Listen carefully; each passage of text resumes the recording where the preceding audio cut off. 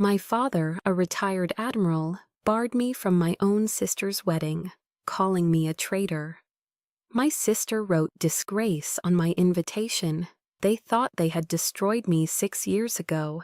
What they didn't know is that I was coming back to that wedding as an admiral myself. My name is Amelia Hayes. I am 36 years old, and for 6 agonizing hours, I had allowed myself to believe in the absurd notion of a second chance. The 6-hour drive up the coast to Newport, Rhode Island, was a pilgrimage fueled by a desperate, flickering hope that the years of silence had somehow softened the stone hearts of my family. The June air, thick with the salty promise of the Atlantic, felt like a cruel mockery of the homecoming I had pictured. I had prepared for this day like a soldier preparing for a diplomatic parley on hostile ground. My armor was a simple, elegant navy blue silk dress, the only truly expensive thing I had ever bought for myself. It was meant to be a statement of quiet dignity, a visual plea that I was still one of them. But the moment I stepped out of my car at the grand rose-covered archway of the Ida Lewis Yacht Club, I knew I was a fool. A mountain of a man in a tight black suit blocked my path, his posture an impassable declaration of no entry. He avoided my gaze, his eyes fixed on some point over my shoulder as he lifted a radio to his mouth. "Admiral, sir." His voice was a flat, impersonal drone. "The subject has arrived."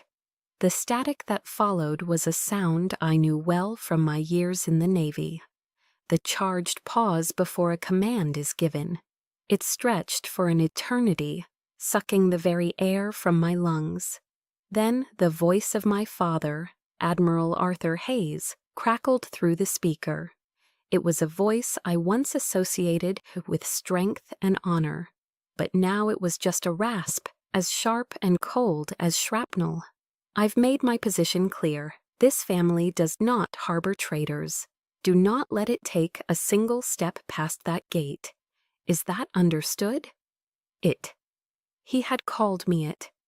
A tremor started in my hand as I mechanically extended the invitation toward the guard. It was a useless, pathetic gesture, a final dying appeal to a civility that had just been executed before my eyes. The heavy, cream-colored cardstock felt like a lead weight. My name, Captain Amelia Hayes, was beautifully embossed in gold script, a relic from a life that was no longer mine. The guard took it, his lip curling into a sneer of contempt as he glanced down, then pushed it back at me. It was then that I saw the violation. Scrawled across the elegant gold lettering in the furious leaking red ink of a ballpoint pen were 2 words in my sister Olivia's looping handwriting, the very handwriting I had patiently guided her hand to form when we were children, sharing a bedroom. "Stay away, disgrace." Each crudely formed letter was a fresh stab, twisting a blade that had been lodged in my heart for 6 years. The air I tried to draw in was sharp, ragged, and refused to fill my lungs. I forced my chin up, my military training kicking in, and scanned the scene beyond the gate. My eyes landed on Aunt Carol and Uncle Bob, their faces etched with a brief, panicked recognition before they spun around, suddenly engrossed in a loud, performative critique of a nearby sailboat. Their averted gazes, their silent, cowardly retreat was a public confirmation of my banishment. It was an act of quiet complicity that felt more damning than my father's brutal command. Through the perfectly trimmed hedges that separated the celebrated from the exiled, I saw them, the perfect tableau. My father, resplendent in his dress whites, was clinking glasses with a U.S. senator, his laughter echoing across the lawn. My mother, a portrait of maternal pride, was fussing with the silk Vera Wang sash on Olivia's wedding gown. And Olivia, she was radiant, a star of pure joy, oblivious to the darkness just beyond the manicured perimeter. She was laughing, her head thrown back, as she gazed adoringly at the man whose arm she held, Maxwell Thorne. Suddenly, his gaze lifted and locked with mine. His smile never wavered, but his eyes, cold, dark, and utterly devoid of warmth, held a flash of raw, undisguised triumph. He saw me. He knew I was standing here, branded and cast out. With an almost imperceptible slowness, a gesture of intimate cruelty meant only for me. He raised his flute of champagne in a silent, mocking salute. He had won. It wasn't enough to destroy my career and obliterate my honor. He had to possess my family, too. The burning agony in my chest began to cool and harden, crystallizing into a dense, heavy block of ice that settled deep in my soul. I would not give them the satisfaction of my tears. I would not cry, not here, not ever for them. I took a deliberate step backward, melting into the deep shadow of a massive ancient oak tree that stood like a silent sentinel at the club's entrance. I remembered my father on a long-ago summer afternoon, placing his hand on its rough bark. "This tree is like our family, Amelia," he'd said, "resilient, unbreakable." He was wrong. Resilience and cruelty are two very different things. My eyes drifted past the celebration, toward the harbor, where a fleet of white sails cut cleanly through the deep blue of the Atlantic. The sight, once a source of pride and inspiration, now triggered a memory so sharp it felt like a physical blow. I was 19 again, standing ramrod straight in my stiff new cadet uniform, smelling the polish and the promise. My father had pulled me into a fierce embrace, his voice thick with a pride I could feel in my bones. "You are my legacy, Amelia," he had whispered, "my greatest legacy." Now, standing in the shadows, I finally understood. That legacy hadn't just been forgotten. It had been intentionally and ruthlessly thrown away, discarded like common trash. Standing in the cool shadow of the indifferent oak tree, the humiliation of the present moment bled seamlessly into the bitterness of the past. The seeds of this public execution weren't sown today at a yacht club gate. They were planted years ago, nurtured in the fertile soil of my family's gilded cage. My mind drifted back to a dinner 6 years earlier. It was in our family's formal oak-paneled dining room, a stately space with grand windows overlooking the turbulent gray waters of the Atlantic. The table was set with heavy silver and heirloom china, gleaming under the soft light of a crystal chandelier. I had just returned from a grueling 3-month deployment in the South China Sea. As a lieutenant commander in naval intelligence, my mission had been a covert success, yielding invaluable data that would protect American lives and assets. I was gaunt and exhausted, my skin still carrying the sallow tint of recycled submarine air and chronic sleep deprivation. But I was brimming with a fierce, quiet pride. I wanted, more than anything, for my father to share it with me. "Dad," I began, my voice thrumming with an eagerness I couldn't contain, "I think the data we collected is going to fundamentally change how the Navy approaches anti-submarine warfare." He cut me off, not with words, but with a casual, dismissive wave of his hand, as if swatting away an irritating gnat. "Amelia, please," he sighed, his full attention on the delicate, surgical task of cracking a lobster claw. "Let's not bring your work to the dinner table. It ruins the flavor of the lobster." He dropped a perfect piece of meat onto his plate, then turned his full beaming attention to my sister, seated opposite me. "Olivia, darling, tell us about that charity gala you organized. Your mother mentioned it was a spectacular success." Olivia, her fingernails perfectly manicured and painted a demure shade of ballet slipper pink, launched into a breathless, dramatic account of her struggles with florists and caterers. My parents hung on her every word, their faces glowing with a parental adoration I hadn't seen directed at me in years. My mother, Catherine, then turned her gaze on me, her expression a careful, practiced blend of pity and disapproval. "Amelia, honey, just look at you. Your skin is so weathered, and your hair, it's simply parched. A woman has a duty to take care of herself, you know." She reached across the table, her hand finding Olivia's, and giving it a gentle, affirming squeeze. "Thank goodness my Olivia has always been so lovely, so graceful. She has a tender heart, you see. Not like someone who only thinks about warships and classified codes." I sat there, frozen, the piece of rich, buttery lobster in my mouth, suddenly turning to ash. It was tasteless, bitter. I was an officer in the United States Navy. I had volunteered for a high-risk assignment, but in their eyes, my sacrifice, my dedication, was an unsightly flaw worth less than a high society party. Across the table, Olivia's eyes met mine for a fleeting second. A tiny, almost imperceptible smile played on her lips. It was the smile of quiet, certain victory. She knew, and I knew, that no matter what I accomplished in the world, I would never be their perfect daughter. And then came the day of judgment, the final one.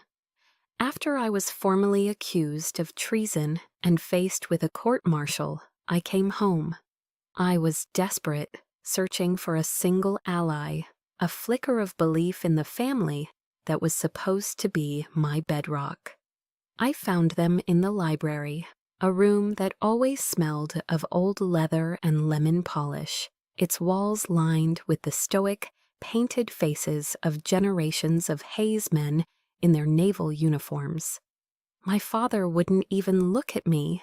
His gaze was fixed on a portrait of his own father, a decorated vice admiral. "Your grandfather lived and died for honor," he said, his voice dangerously low, each word a stone. "And you spat on everything we represent, everything he stood for." "Dad, I was framed. I can prove it," I pleaded, my voice cracking with a desperation that shamed me. His hand slammed down on the heavy mahogany desk, the sound echoing like a gunshot in the silent room. "Silence!" he roared, his face a mask of purple fury. "The Hayes name has been dragged through the mud. It is ruined. You are no longer my daughter." Behind him, Olivia stood like a tragic heroine, her hands pressed to her face, her shoulders shaking with staged sobs. But as she peeked through her fingers, her eyes met mine. I saw it clearly, the unmistakable, triumphant glint of raw satisfaction. "You've disappointed me so much, Amelia," she whispered, her voice thick with perfect, counterfeit sorrow. In that moment, they were a united front.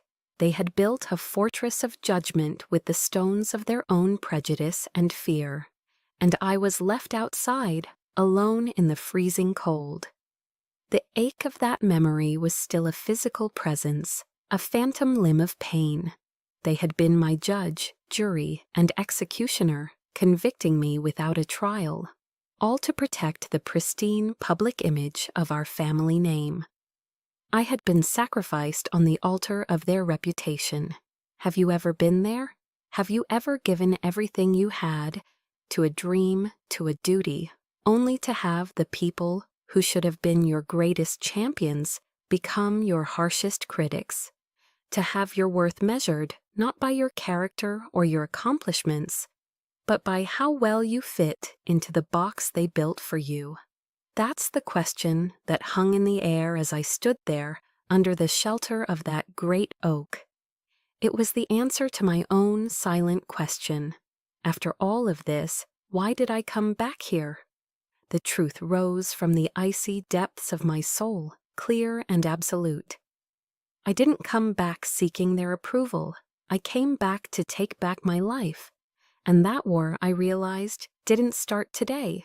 It started 6 long years ago, with a lonely drive into oblivion. After my father's final verdict, I vanished. I got in my car and just drove west, with no destination in mind, running on cheap coffee and a dwindling savings account. I drove until the roads turned into highways, and the highways eventually ran out of land. I stopped in Astoria, Oregon, a small, tough-as-nails port town at the mouth of the Columbia River, where the persistent fog and drizzling rain seemed to promise a perpetual state of anonymity, a place where everything, including my past, could be washed clean. The first thing I did was erase my name. Amelia Hayes ceased to exist. In her place was Amy Smith, a name so common, so utterly devoid of history, it felt like a cloak of invisibility. I rented a tiny, drafty apartment above a used bookstore, its single window offering a grim view of the gray, choppy river. My past life had been one of sterile, high-tech command centers and the hallowed halls of the Pentagon. My new life smelled of mildewed paper and damp wool. My first job was waiting tables at a 24-hour roadside diner called the Salty Dog. It was the kind of place frequented by weary truckers and fishermen with hands as rough as barnacles, men whose conversations were short and whose eyes never asked questions about where you came from. The irony was a bitter pill I swallowed daily. I, a former naval intelligence officer who once analyzed complex satellite imagery and multi-layered geopolitical threats, was now struggling to remember who ordered the black coffee and who wanted extra cream. My hands, once trained to handle classified documents and chart naval courses, were now perpetually chapped and smelled of bleach and fried bacon. I would work double shifts until my feet swelled and a deep, burning ache settled into the small of my back, all for a handful of crumpled dollar bills at the end of the night. But the physical exhaustion was a welcome distraction from the nights. The nights were the worst. The suffocating silence of my small room was 1,000 times more terrifying than the roar of a jet engine on an aircraft carrier's deck. I'd wake up in a cold sweat, my heart hammering against my ribs, the ghosts of my past haunting my dreams. I'd see my father's furious face, Olivia's triumphant eyes, and the bold, damning headlines of newspapers that called me a traitor. There were nights I'd just sit on the cold linoleum floor, my knees pulled to my chest, staring out at the relentless rain, and genuinely wonder if I had the strength to survive until morning. To make the second month's rent, I had to sell my watch. It was a standard-issue Navy timepiece, a gift upon my graduation from the academy. It wasn't fancy, but it was a symbol of everything I had worked for, everything I had been. I walked into a pawn shop and walked out with $100. Leaving a piece of my soul behind on a dusty velvet tray. For weeks, I'd glance at my empty wrist, a constant physical reminder of my fall from grace. This was my penance. This was the price for the shame they had branded me with. I had to live with it. Slowly, things began to shift. I found a second job doing bookkeeping for a small fishing fleet. A tedious task that thankfully kept my mind too occupied for despair. I learned the names of the boats, the Sea Serpent, the Wandering Star, the Provider, and the gruff personalities of their captains. They were hard men, weathered by the sea and a lifetime of unforgiving work. But there was an honesty to them, a lack of pretense I hadn't realized I was starving for. One evening, a violent squall blew in from the Pacific, catching everyone by surprise. The waves were monstrous, and the wind howled. Over the radio, I heard a panicked call. The provider had lost its engine and was drifting, in danger of being smashed against the rocky jetty. Without thinking, I grabbed the microphone. All my years of naval training, all the forgotten knowledge of tides, currents, and wind shear, came flooding back. For 2 hours, I became their remote commander, my voice calm and steady as I talked them through it, calculating their drift, advising them on dropping anchor, and coordinating with the Coast Guard. I guided them into the relative safety of a protected cove. The next morning, the ship's captain, a grizzled old-timer named Gus, showed up at my small office. He didn't say much. He just placed a massive, beautiful silver salmon on my desk, its scales still shimmering. "Thanks, kid," he grunted, and then he left. As I stared at the fish, a wave of emotion so powerful it almost buckled my knees washed over me. For the first time in what felt like a lifetime, I didn't feel completely useless. It was a small victory, a tiny flicker of light in a vast darkness, but it was mine. I had earned it. A few days later, while reconciling fuel receipts, I found an old folded copy of the Wall Street Journal someone had left in the office. And there they were, on the front page of the society section. Olivia and Maxwell Thorne, smiling at a charity gala, their picture under a glowing headline about their shared passion for the ocean. The article lauded them as the new power couple of the maritime world. Something inside me snapped. I crushed the newspaper in my fist, the crumpling sound loud in the quiet room. The cold, dormant anger I had suppressed for so long began to thaw, a dangerous heat spreading through my veins. It was at that exact moment that my cheap burner phone, silent for months, began to ring. An unknown number. My first instinct was to ignore it, to let it ring, to protect the fragile peace I had built. But some other instinct, something deeper and more primal, urged me to answer. My finger hovered over the end call button on the cheap burner phone, my whole body tense. But before I could disconnect, a voice spoke my name, a name I hadn't heard spoken aloud in years. "Amelia?" The voice was deep, calm, and devastatingly familiar. A jolt went through me, so powerful I had to grip the edge of my desk to steady myself. It was Admiral Michael Sterling, my former mentor at the Naval Academy, a living legend within the intelligence community. 6 years had passed since I last heard that voice. 6 years of shame and silence. How did you find me?" I stammered, my own voice a rusty whisper. A low, warm chuckle came through the line. It was a sound of such profound kindness, it nearly broke me. "Amelia, you taught half of the best intelligence officers at the ONI how to find people. Did you really think they couldn't find their own teacher?" I was speechless. A tidal wave of shame and inadequacy washed over me, hot and suffocating. What must he think of me? The promising cadet, the decorated officer, now a disgraced waitress hiding in a forgotten corner of the country. "Sir, He cut me off, but his tone wasn't impatient. It was serious, weighted with purpose. "I never believed the official story, Amelia. Not for 1 second. I know you, and more importantly, I know how cunning our enemies can be. I need to see you." 2 days later, he came to Astoria. He arrived not in a black government sedan, but in a rented Ford Taurus, blending in perfectly with the gray, unassuming town. We met in a small, cozy coffee shop on the waterfront. The rain, which had been my constant companion for months, streamed down the windows, creating a barrier between us and the rest of the world. He didn't ask about my life as Amy Smith. He didn't offer a single word of pity or ask me to recount my fall.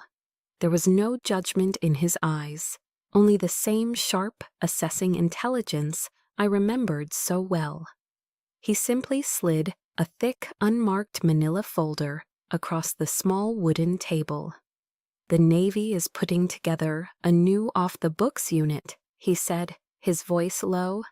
"It will operate independently under my direct command, codename Triton." He paused, letting the weight of his words sink in. "The mission is to counter economic espionage, to protect strategic maritime assets from threats that conventional law enforcement can't touch." He looked at me then, his gaze so direct it felt as if he could see straight into the wreckage of my soul. "I need a commander for this unit.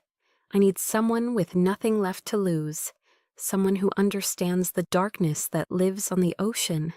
And most importantly, I need someone the enemy believes is already gone." He leaned forward slightly. "I need you, Amelia." The offer was a lightning strike. It was terrifying, and in a way that scared me, intensely alluring. It was a chance to fight back, to be a weapon again, instead of a victim. But the shame was a heavy cloak. "Why me?" I finally managed to ask, the words catching in my throat. "I'm a disgrace. I was dishonorably discharged." Admiral Sterling placed his hand flat on the folder, a gesture of absolute certainty. "Because honor, Amelia, isn't found on a uniform's shoulder boards or in a newspaper headline. It's found right here." He tapped his own chest, then his eyes met mine as he gestured toward me. "And here, it's in the choices we make when we think no one is watching. The Navy made a mistake when it let you go. It was a failure of the highest order. Let me give you a chance to help us correct it." That evening, he took me to dinner at the best seafood restaurant in town. It was a place with white tablecloths and quiet, respectful service. As I sat there, eating a perfectly grilled piece of salmon, a world away from the greasy food at the diner, I realized it was the first time in 6 years I was having a real meal with someone who saw me. Not the traitor, not the failure, not the family's dirty little secret. He saw Amelia Hayes, the naval officer, the person I used to be, the person I was afraid I had lost forever. In the warm glow of the restaurant, telling stories about our time at the academy, I felt a part of myself I thought was dead flicker back to life. He was the family I had chosen, and in that moment, I chose him again. I accepted his offer. After dinner, as we stood in the misty parking lot, he handed me my first assignment. It was the file from the coffee shop. "Your first intelligence brief, Commander," he said, a small smile playing on his lips. My fingers, no longer clumsy from carrying coffee pots, felt steady and sure as I opened the folder under the dim yellow light of a lamppost. It was a list of maritime corporations under special surveillance. My eyes scanned the names, a familiar professional rhythm returning to me. And then I saw it. At the very top of the list, marked with a single aggressive red star, was a name that made the blood freeze in my veins: Thorn Maritime. The shadow of my family and the face of my enemy had just merged into one. My personal war for redemption had just become a matter of national security. Under my command, the unit codenamed Triton came to life. We were ghosts, a small elite team of specialists, hackers, analysts, former field operatives, each handpicked by Admiral Sterling for their unique skills, and more importantly, for their ability to disappear. Our headquarters was a covert facility in San Diego, hidden in plain sight behind the sterile corporate facade of an oceanographic research company. The moment I stepped inside, Amy Smith, the weary waitress, was shed like a snake's skin. I was myself again, but a version honed by exile, sharper and colder than before. My life became a relentless cycle of caffeine and data. I spent 18 hours a day in front of a wall of monitors, the blue light etching lines of fatigue onto my face. Shipping routes, financial transactions, encrypted communications, satellite signals. The ocean was my chessboard once more, and this time I could see every piece in motion. Our primary target, our sole obsession, was Thorn Maritime. I immersed myself in the life of Maxwell Thorn, studying his habits, his associates, his political donations, his weaknesses. I told myself it wasn't personal anymore. It was the mission. But I was lying. Every piece of data I uncovered felt like reclaiming a stolen piece of my own life. One morning, my lead data analyst, a brilliant young man named David, quietly placed a tablet on my desk. "Commander, I think you need to see this." It was the latest issue of Forbes magazine. The cover was a glossy, sun-drenched photograph of Maxwell Thorn and my sister, Olivia, their arms linked as they stood on the deck of a magnificent superyacht. The headline, in bold, arrogant letters, proclaimed, "The new power couple of the seas." The article was a masterpiece of public relations propaganda. It praised Thorn Maritime for its supposed green initiatives and lauded Olivia as an influential ocean activist and philanthropist. The nausea began to rise in my throat as I read a quote from my sister. "My family has always taught me that honor and patriotism come first," she gushed. "That's why I am so incredibly proud of the work Maxwell is doing to ensure America's maritime security." Honor, patriotism. The words she used were the very same ones my father had used to disown me. My sister was cheerleading for the monster who had orchestrated my ruin, using our family's hallowed principles as his shield. She was either the most naive fool on the planet or a willing, smiling accomplice. I wasn't sure which was worse. The anger was a clean, cold fire. It burned away the nausea and replaced it with a laser-like focus. "David," I said, my voice low and steady, "I want every resource we have dedicated to digging into Thorn's international network. Every shell corporation, every offshore account. I want to know where every single dollar comes from and where it goes." The hunt was on. Weeks turned into a blur of sleepless nights and relentless data mining. The breakthrough came from a data sweep our team conducted on a server in Singapore, targeting a shell corporation linked to Thorn. We pulled an encrypted hard drive. For 72 agonizing hours, my team worked around the clock to break the military-grade encryption. Finally, David looked up from his console, his face pale. "Commander, you've got access." On my screen, a single file name appeared, Project Nightingale. I clicked it open. My blood ran cold. It wasn't just a file, it was a blueprint, the entire detailed, meticulously planned operation to frame me 6 years ago. It was all there: surveillance logs of my movements, fabricated intelligence reports, and encrypted emails detailing the bribery of a senior officer in my former unit to alter data logs and falsify my mission report. The objective was chillingly clear: remove me, the one officer who might detect their activities, so they could freely smuggle advanced, state-of-the-art sonar technology to a hostile foreign power. I stared at the screen, my world tilting on its axis. The scandal, the court-martial, the destruction of my life. It wasn't about me. It was never about me. I was just collateral damage. A pawn sacrificed without a second thought to clear the way for a multi-billion-dollar act of treason. As I sat there, paralyzed by the sheer calculated evil of it all, a secure, encrypted call patched through to my terminal. It was Admiral Sterling. "Amelia," he said, his voice grave, I have good news and I have bad news. I remained silent, still staring at the name Project Nightingale.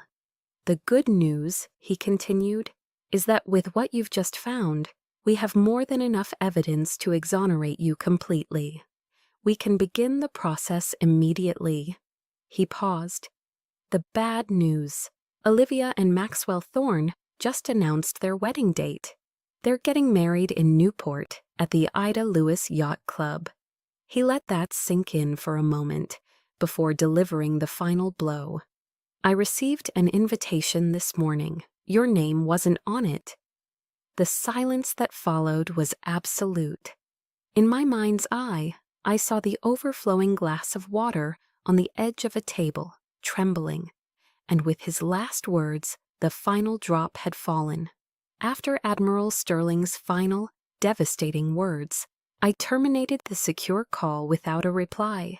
A profound silence descended upon the command center, but inside my skull, a Category 5 hurricane was making landfall.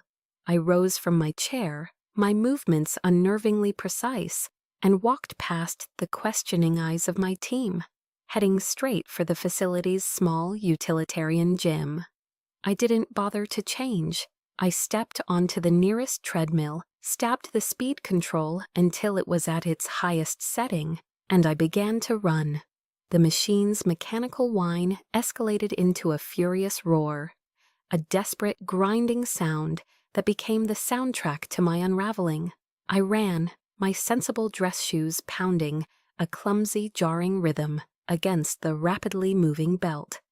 My body, cold and stiff from hours at a desk, screamed in protest. I ignored it.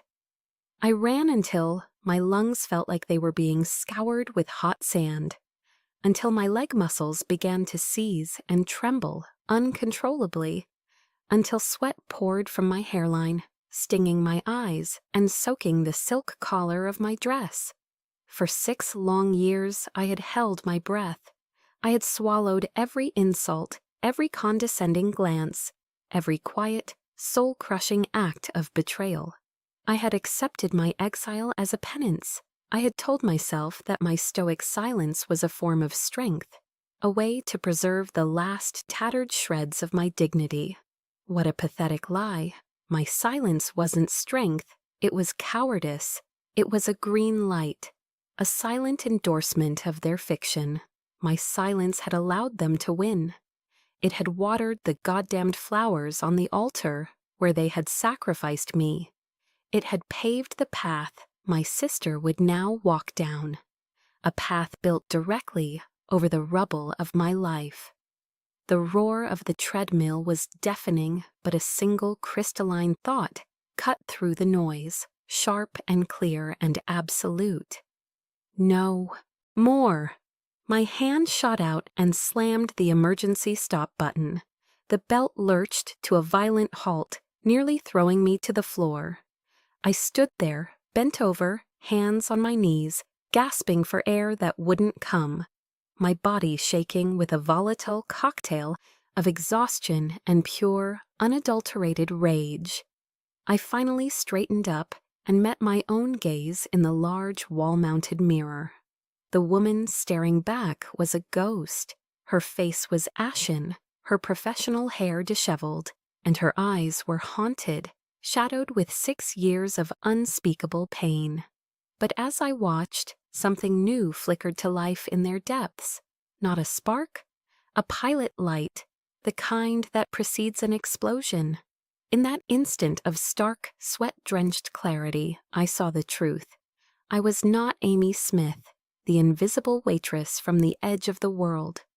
I was no longer Amelia Hayes, the disgraced daughter, the family's tragic cautionary tale. I am Triton. I am the commander of a Black Ops unit of the United States Navy. I have the proof. I have the clearance. I have the power. I leaned closer to the mirror, my breath fogging the glass until my eyes were inches from my reflection. I made a vow to the warrior I had kept locked away for so long, and my words were a low, venomous whisper in the sterile, quiet gym. You will all pay, I promised her, every single one. My father, my mother, my sister.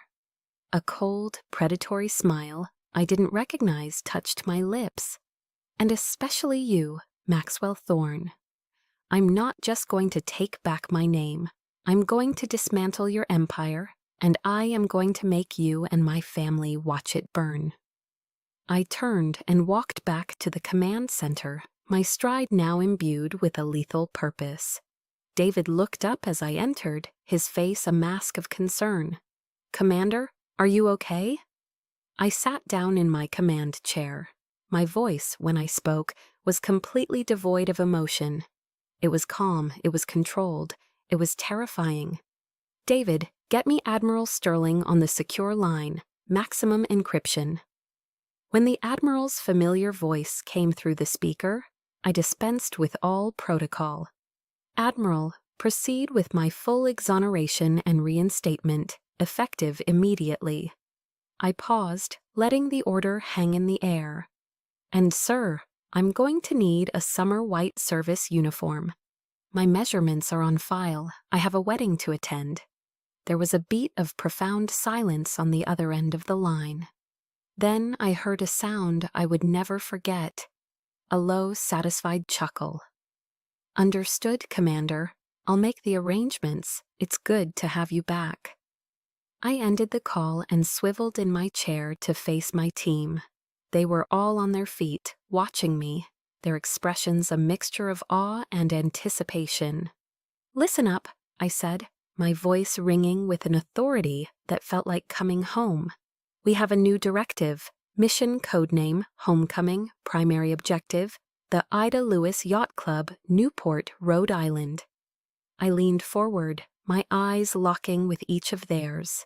"We're going to crash a wedding, and we are going to burn an empire to the ground." The air in the room crackled. The hunt had begun. The rage that had propelled me from the gym had cooled, hardening into something far more dangerous. A meticulously crafted plan. Our sterile conference room transformed into a war room. The large central screen no longer displayed shipping lanes, but a detailed schematic of the Ida Lewis Yacht Club, complete with guest lists, event schedules, and security patrol routes. I stood before my team, the exhaustion and anger replaced by a cold, razor-sharp focus. I was no longer Amy Smith or the broken daughter of the Hayes family. I was the commander of Triton. "Operation Homecoming has two objectives," I began, my voice clear and precise, each word clipped. "Primary objective, neutralize and apprehend Maxwell Thorne for economic espionage. Secondary objective, obtain direct admissible confessions from any and all co-conspirators on site." My finger tapped the screen, pointing to the club's layout. "David, I want you to penetrate the club's internal security network. I want total control of every camera and microphone on the premises. I want to see and hear everything. Sarah, you are communications. You will maintain our secure link to the off-site NCIS tactical team, not a single dropped packet. Marco," I said, looking at my best field agent, "you will be my eyes and ears on the ground. Close proximity, blend in." They all nodded in unison. There were no questions, no hesitation. They trusted me. The weight of that trust was a new kind of armor, stronger than any I'd worn before. In the midst of our strategic planning, a priority notification giggled on my screen. A new encrypted email. My pulse quickened. It was from a Lieutenant Miller, a junior officer who had served under me 6 years ago. He had been one of the few who had looked me in the eye with something other than contempt when I was stripped of my command. The message was short. "Commander, I never believed them. For 6 years I've lived with the guilt of not speaking up. I saved something. I hope it can still help." Attached was a single audio file. My hands felt unsteady as I put on my headphones. I clicked play, The sound was muffled, but the voices were clear. It was a covert recording from the night I was framed. I heard the voice of the officer who had replaced me, speaking to an unidentified person. "Thorne's paying top dollar for this," the officer boasted, his voice slick with greed. "Just have to alter a few lines in the log. The Hayes girl will never know what hit her. She'll be the perfect scapegoat." My heart stopped. My breath hitched. I listened to it again, then a third time, the missing piece, the smoking gun. It wasn't just a plan anymore. It was a confession. This was the silver bullet. A few days before the wedding, a special courier delivered a secure package to our facility. It was a long, flat box. Inside, wrapped in protective silk, lay a pristine, tailor-made Navy summer white service uniform. Next to it was a small, velvet-lined box. I opened it. Resting on a bed of dark blue velvet was a single, gleaming silver star. The rank insignia of a rear admiral, lower half. Admiral Sterling had not only kept his word, he had accelerated my promotion. My exoneration was now official. I took the uniform into my private quarters and put it on. It fit perfectly. The crisp white fabric, a stark contrast to the drab, functional clothing I had worn for years. I stood before a full-length mirror and looked at the woman staring back. I didn't just see a naval officer. I saw justice. I saw retribution. That single silver star on my shoulder wasn't just a rank. It was a weapon. It was a message to my father, to my family, to the entire establishment that had cast me out. It declared, without a single word, that I was back, not to plead for forgiveness, but to deliver a verdict. I was finally ready for the final battle. The night before the wedding, I stood alone in the war room. The screens around me glowed with data. I held a single tablet in my hand, my entire arsenal contained within its slim frame. The complete Project Nightingale blueprint, Lieutenant Miller's audio file, and the irrefutable financial trail of Thorne's illegal transactions. Everything was in place. "David," I said into the quiet room, "time check." He looked up from his console, a digital countdown clock glowing behind him.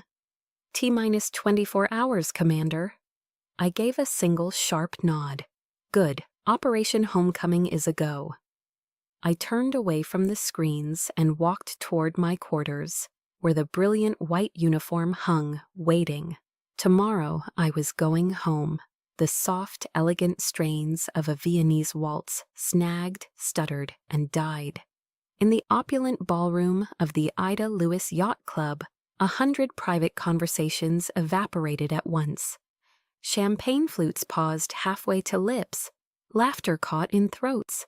A single unified wave of confusion washed over the room as every head turned toward the grand arched entrance. And into that sudden, cathedral-like silence, I walked. Each step of my polished black shoes on the marble floor was a deliberate, percussive beat, a drum signaling a declaration of war. My summer white uniform was a searing beacon, an apparition of pure military white in a sea of muted pastels and designer black tie. Above the formal gold stripes on my sleeves, the single silver star on each of my shoulder boards captured and fractured the light from the immense crystal chandeliers, glinting with a cold, hard fire. Dozens of naval officers, both active duty and long retired, were scattered among the guests. Their reaction was not a choice. It was a reflex, a response drilled into them by a lifetime of discipline and tradition. All across the room, backs straightened, shoulders squared. A silent, potent current of deference, of respect for rank, electrified the air. It was a language my father understood better than any other. I saw him standing near the towering 7-tier wedding cake. He froze, his hand, the one holding a champagne flute beginning to tremble uncontrollably. A splash of gold liquid spilled, a dark stain on the pristine linen. I saw my sister, Olivia, her face losing all its color in an instant, leaving her a ghastly white that clashed with the creamy ivory of her Vera Wang gown. And I saw Maxwell Thorne. The smug, proprietary confidence on his face didn't just falter, it shattered, disintegrating into raw, slack-jawed shock. I ignored the audible gasps and frantic whispers that erupted in my wake, my gaze a laser beam locked on the trio at the center of the room. I walked a direct, unwavering path to them. Maxwell tried to recover, to muster the practiced arrogance that was his trademark, but his eyes were glued to the silver stars on my shoulders. They were symbols of a power he could not buy, a world he could not infiltrate, and an authority he was now subject to. "Father, Olivia," I said. My voice was calm, perfectly level, and it carried with chilling clarity across the now dead silent ballroom. "Congratulations on your wedding." I paused, letting them absorb the full, terrifying surreality of the moment. I brought a gift. I raised the slim black tablet in my hand. With a single deliberate tap of my finger, I hijacked the celebration. The two massive projection screens flanking the bandstand, which had been cycling through a romantic slideshow of the happy couple, flickered and changed. My gift to them. In place of sun-drenched beaches and smiling portraits, the screens now displayed the title page of a classified naval intelligence document, its header stamped in bold official red, Project Nightingale. Then, from the state-of-the-art sound system, a man's voice, oily, conspiratorial, and soaked in greed, began to speak, filling every corner of the vast room. It was the audio file from Lieutenant Miller, the silver bullet I had kept polished and ready.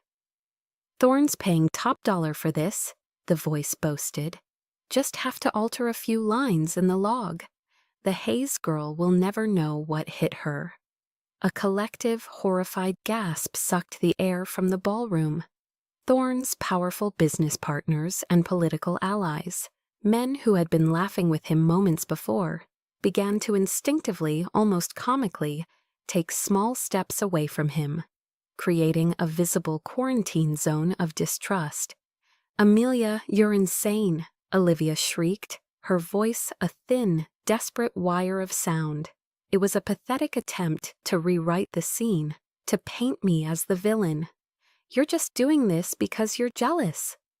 I turned my head slowly, deliberately, to face my sister. My eyes were as empty of warmth as a winter sky. "Jealousy, Olivia?" I asked, my voice dangerously soft. "Is that the reason you kept your mouth shut when your new husband here transferred $2 million to an untraceable shell corporation in the Cayman Islands the week after I was dishonorably discharged?" Another tap on the tablet. The screens blinked, now displaying a crystal-clear image of the international wire transfer, dates, routing numbers, and all. The final irrefutable nail in their coffin. The effect was instantaneous and absolute. Maxwell Thorne made a guttural, choking sound and physically collapsed backward into an ornate velvet chair, his body going limp as if his spine had been removed. My mother let out a strangled, weeping sob, her hand flying to her mouth. Olivia stared at her broken new husband, then back at me, her eyes reflecting the pure, unadulterated horror of a creature caught in a trap it never saw coming. And my father, the great Admiral Arthur Hayes, the pillar of honor, the man who had sacrificed his own daughter for his reputation, could only stand there, his mouth opening and closing like a landed fish, muttering a single broken phrase. "No, it can't be. It cannot be." Their carefully staged masterpiece had just been demolished before, a captive audience of their most esteemed peers. I let the tableau of their ruin hang in the air for one long, satisfying moment. Then I took the final few steps until I was standing directly in front of my father. I looked him straight in the eye, holding his terrified gaze with my own. "You chose to believe a traitor to protect the family honor," I said, my voice no longer soft, but as hard and unyielding as the steel of a warship. "So tell me, Admiral, where is that honor now?" In the chaotic aftermath, as stunned guests whispered and wedding planners wept, I faced my father.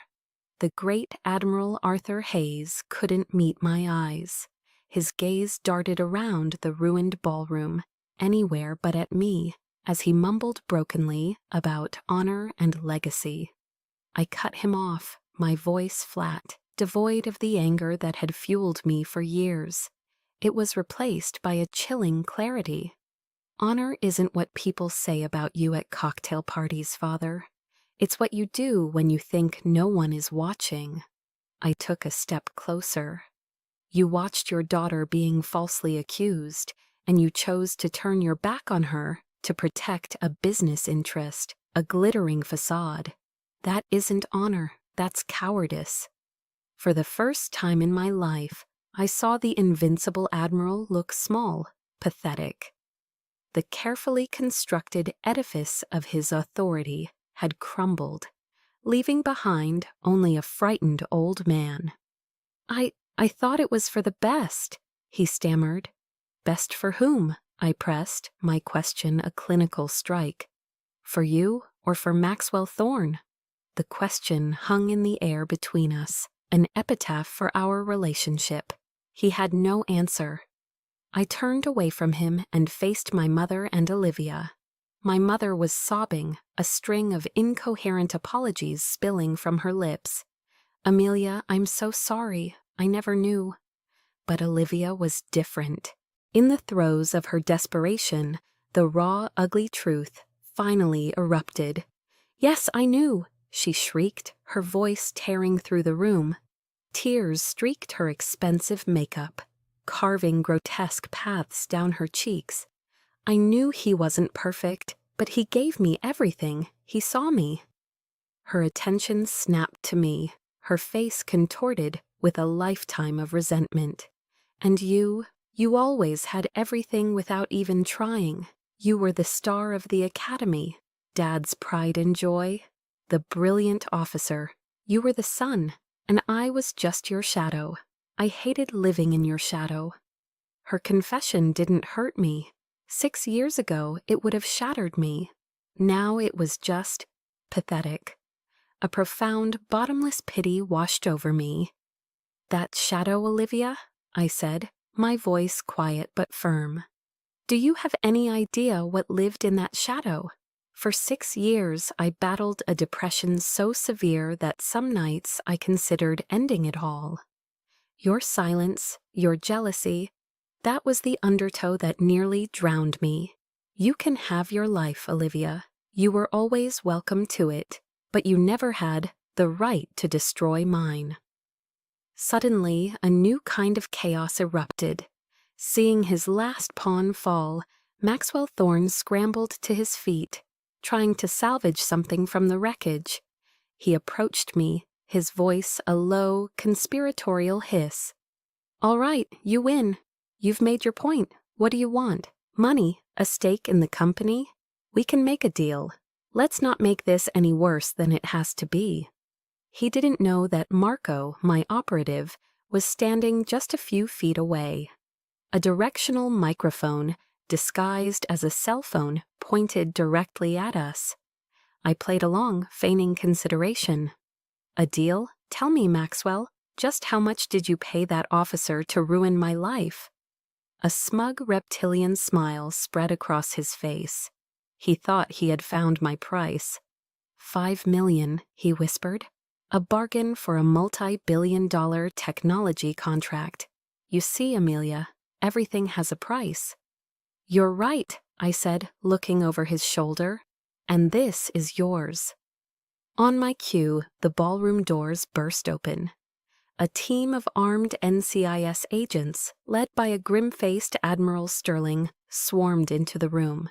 They moved with swift, professional purpose, their path leading directly to a stunned Maxwell Thorne. "Maxwell Thorne," an agent announced, his voice booming with authority.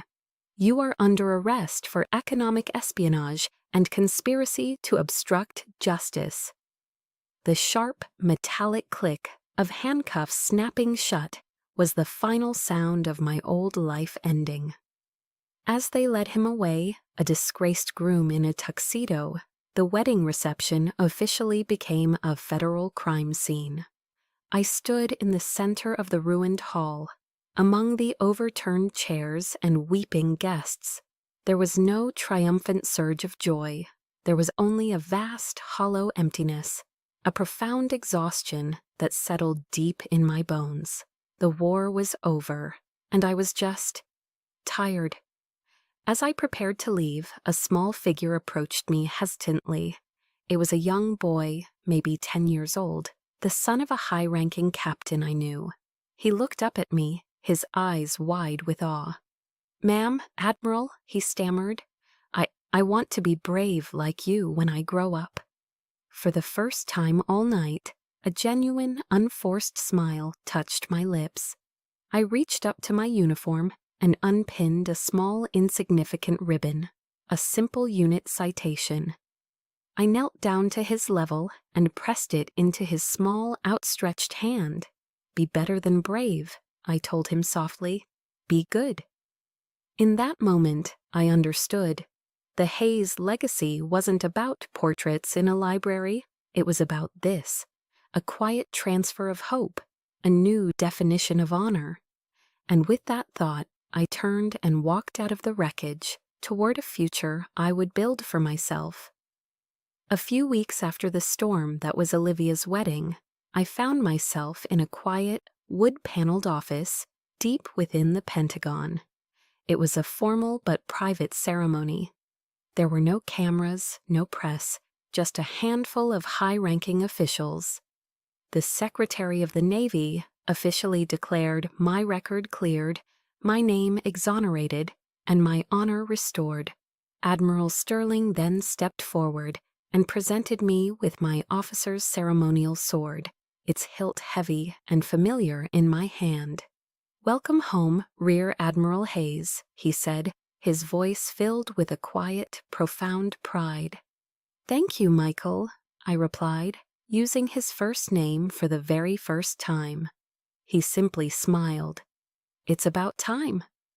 That afternoon, back in my temporary quarters, a thick, cream-colored envelope arrived by courier. It was a long, rambling letter from Olivia, filled with tear-stained apologies, frantic self-justifications, and desperate pleas for forgiveness. I read every word, my expression neutral. Then I calmly stood up, walked over to the office-grade paper shredder in the corner, and fed the letter into its hungry maw. The machine whirred to life, turning her anguished prose into meaningless strips of confetti. Forgiveness isn't a gift I can bestow like a pardon. It's a journey, and it was one she would have to walk alone. My parents also tried to reach me, voicemails filled with choked-up regret, emails pleading for a chance to talk. I deleted them all without listening, without reading. That door was closed. It wasn't a decision born of hatred or a desire for continued revenge. It was simpler than that. I had just moved on. The space they once occupied in my heart was now quiet, peaceful, and reserved for myself. Admiral Sterling, now simply Michael to me, had a new mission for me. He made me the commander of a new global maritime security initiative, a program designed to counter the very threats that Thorne Maritime had represented. Its official name was the Global Maritime Defense Initiative, but my team and I had our own name for it, Project Neptune's Shield. It was the ultimate vote of confidence, a testament to his unwavering belief in me. With my Triton team as its core, We built a network to protect the oceans. We didn't do it with platitudes at charity galas or self-serving speeches on the covers of magazines. We did it with hard intelligence, cutting-edge technology, and the courage of dedicated men and women who worked in the shadows. I took the deepest pain of my life, the weapon that had been used against me, and forged it into a shield to protect others. This, I realized, was the true Hayes legacy. Not one of dusty portraits and inherited honor, but one that was earned, redefined, and put to service. The story ends a year later. I am standing on the bridge of the USS Michael Sterling, a new Arleigh Burke-class destroyer named in honor of my mentor. I am Rear Admiral Amelia Hayes, commander of this strike group, and we are on patrol in the vast, empty expanse of the Pacific Ocean. The salty wind whips through my short hair, cool and clean against my skin. Before me, the sun is beginning its ascent, painting the horizon in breathtaking shades of pink and gold, setting the surface of the water ablaze with light. For the first time in what feels like an eternity, my past is not a shadow at my back. It's just a story, a chapter that is over. The ocean, the very entity that was the stage for my greatest triumphs and my deepest despair, the force that nearly swallowed me whole, no longer feels like an adversary. It feels like my kingdom. I didn't just get my honor back. I learned a deeper truth. I learned that real honor is not what others think of you or what name you carry. It's about knowing in your own soul who you are when the storm hits and you are all alone. It's about the choices you make when you think no one is watching. I look out at the endless horizon where the sea meets the sky. There is no anger left, no bitterness. There is only a profound, quiet peace, a sense of gratitude for the journey, for the scars that taught me my own strength. I am the commander of this ship. I am the commander of this fleet. But more importantly, I am finally and completely the commander of my own destiny. My story began with a gate that was closed to me, but in the end, I learned that the most important gates are not the ones others can shut, but the ones we have the power to open for ourselves. Perhaps you've stood before a closed gate in your own life, a door slammed shut by family, by circumstance, by the belief that you weren't good enough. My journey taught me that true honor isn't about the family you were born into, but the one you build. It's not about the rank they give you, but the respect you earn for yourself. If my story resonated with you, you are not alone. There is a whole community of us who understand. Share your own story of resilience in the comments below, and subscribe to Chosen Revenge for more stories that remind us of our own strength. Because if you are standing at that gate now, remember this: you are the commander of your own destiny. You hold the key, and your dawn is waiting just over the horizon.